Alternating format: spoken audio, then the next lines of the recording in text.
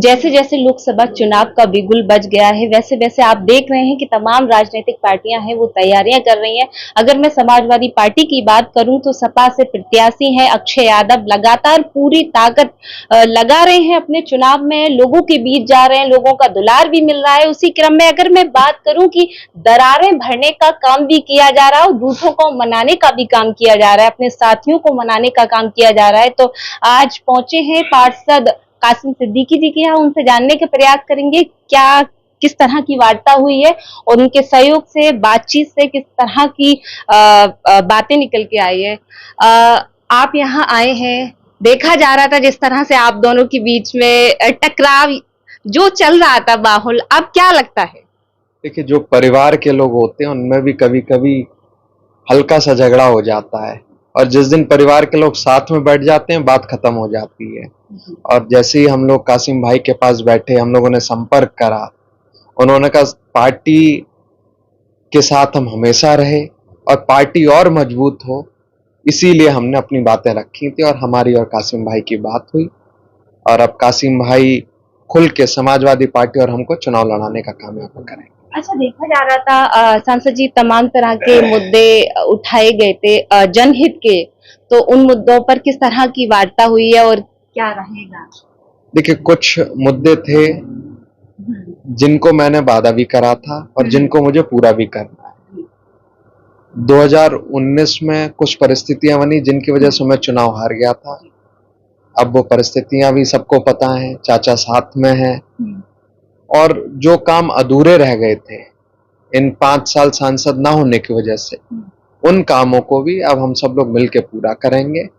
कासिम भाई हमारी मदद करेंगे, और जिस तरीके से 2014 का चुनाव कासिम भाई ने हमको लड़वाया था, यहाँ पर गली गली घुमाकर, हर जगह प्रचार प्रसार करवाकर, उसी तरह से हम लोग चुनाव लड़ने का काम करेंगे। और जो मेहनत इन्होंने अपने चुनाव में करी है उतनी मेहनत मुझसे करवाएंगे, इन्होंने मुझसे ये वादा करा है। अच्छा, अगर मैं कहूँ कि जैसे कोई भी व्यक्ति रूठ जाता है तो उसके रूठने पर किस तरह का प्रभाव पड़ता है?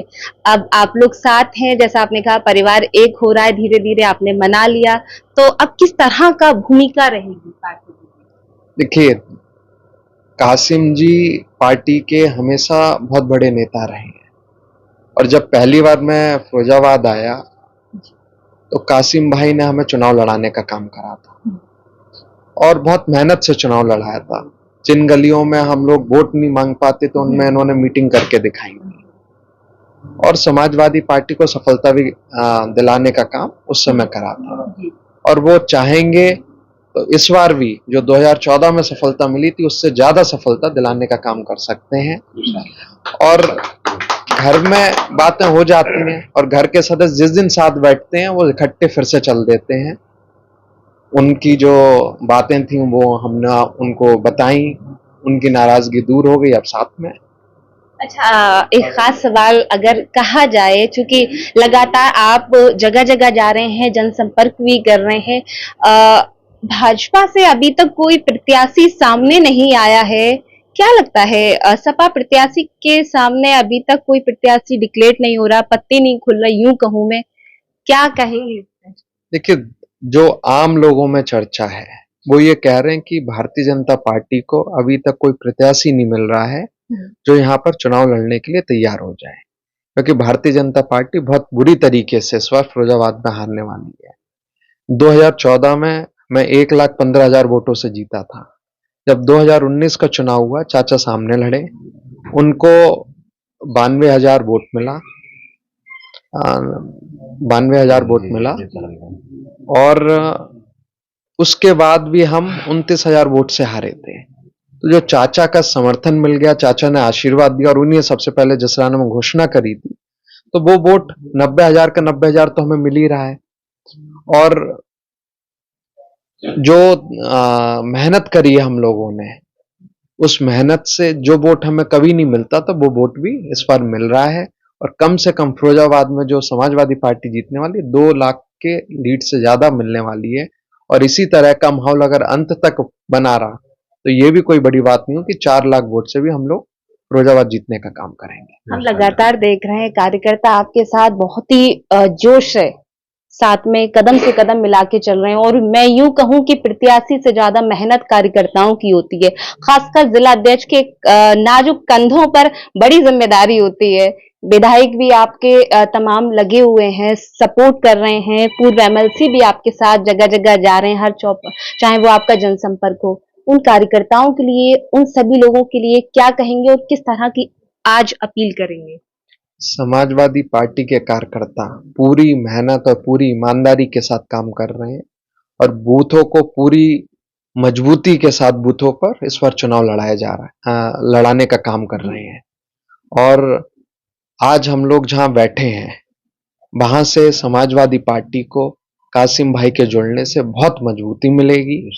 और फिरोजाबाद जो सीट 2 बार मैं चुनाव लड़ा, एक बार 4000 वोट से हारा था फिरोजाबाद शहर के अंदर, एक बार 10,000 के लगभग से हारा था।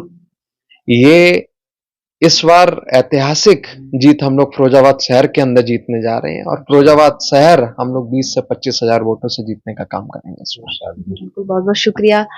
वहीं अगर बात की जाए, तमाम तरह के एक दूसरे पर विरोध थे, नाराजगी थी, किस तरह से ये नाराजगी खत्म हुई, क्या कहेंगे आप? देखिए, आपने कहा एक दूसरे, मैं ही सिर्फ कर रहा था, उधर से कोई सवाल नहीं था किसी भी तरह का। और वो मेरी नाराजगी नहीं था ना विरोध था। आपको जानकारी हो, मुतालबा था, डिमांड जिसे कहते हैं अंग्रेजी में डिमांड।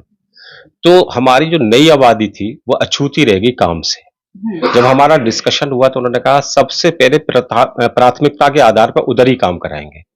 तो मेरा मुतालबा तो अपनी जगह बरकरार रहेगा, मैं भी छोड़ थोड़ी दूंगा। सांसद बनने के बाद भी मुतालबा जो है वो कंटिन्यू रहेगा, इसलिए कि जैसे बनेंगे तो सबसे पहले कहूंगा भैया वो मैंने जो प्रस्ताव दिए थे वो काम कराइए। तो भैया से पूछ लो वो प्रस्ताव में सबसे पहले काम होगा तो इंशाल्लाह सबसे पहले मैं अपने ही वार्ड से सबसे ज्यादा वोट दिलाऊंगा इंशाल्लाह ताला, मैं वादा करता हूं। आप भैया का वादा ले लीजिए कि वाकई भैया जो मैं प्रस्ताव दूंगा भैया कराएंगे, सांसद होते मैं यही उम्मीदें करता हूं। मेरा मुतालबा था, विरोध नहीं था। अच्छा, आप लोगों ने बातचीत की, किस तरह की बातें हुई आप लोगों के बीच में, वो थोड़ी सी साझा करेंगे? नहीं, वो यही थी एक्चुअल में। भैया ने ये कहा कासिम भाई चूक थी, कुछ पार्षद हमारे साथ में जुड़ गए। अब मैं वो सारी बातें मंजर आम पे नहीं लाऊंगा, बड़े लोगों के बीच की बातें थी। तो भैया ने उसी चूक में कुछ ऐसे स्टेप ले लिए जो मुझे नागवार गुजरे, मैं चल पड़ा निकल करके। मेहनत किस तरह से करेंगे आप? मेहनत तो बहुत, भैया ने नहीं बताया। 2014 में मैंने स्पेशली वो मेहनतें की थी जो हमारा पूरी की पूरी बस्ती, पूरे इलाके, पूरी बिरादर के नाम पर हमारे यहाँ जाना जाता है। फिरोजाबाद में डिवाइडेशन है तो बीएसपी के हुआ करते थे। तो आपके पापा ने मुझे स्पेशली बुलवाया था सैफई में कि कासिम भाई काम कीजिए। तो मैं फिर अपने लोगों में निकला था। तो पहले ही नॉमिनेशन से पहले मैंने मीटिंग कराई थी, बड़ी सक्सेस मीटिंग थी, दौरा कराया था। फिर मुझसे कहा कासिम भाई कुछ समाज नाराज हैं, जिसमें विशेषकर मंसूरी समाज। तो मैं पूरी बस भर के, गाड़ियां भर के ले गया था वहां। तो सारा काम मैंने किया था। तो मैं जिम्मेदारी से पीछे नहीं हटता हूं। तो यही वजह है कि भैया यहाँ बैठे उन्होंने माना इस बात को कि कासिम भाई आ जाएंगे तो मजबूती मिलेगी। तो इंशाअल्लाह ताला अब इलेक्शन बन गया। देखिए अब इख्तलाफात सबके खत्म हो गए। मेरा तो मुतालबा था, मैं आज भी सबके सामने मुतालबा कर रहा हूं, डिमांड आज भी है कि अगर हमारी बस्तियों के काम हो जाएंगे। मैं वही तो नाराजगी थी। अच्छा, ईद पर सिवैयां खिलाएंगे? यकीनन, मैं तो यही कहूंगा आज आ गए, ये अलग तरह का आना है।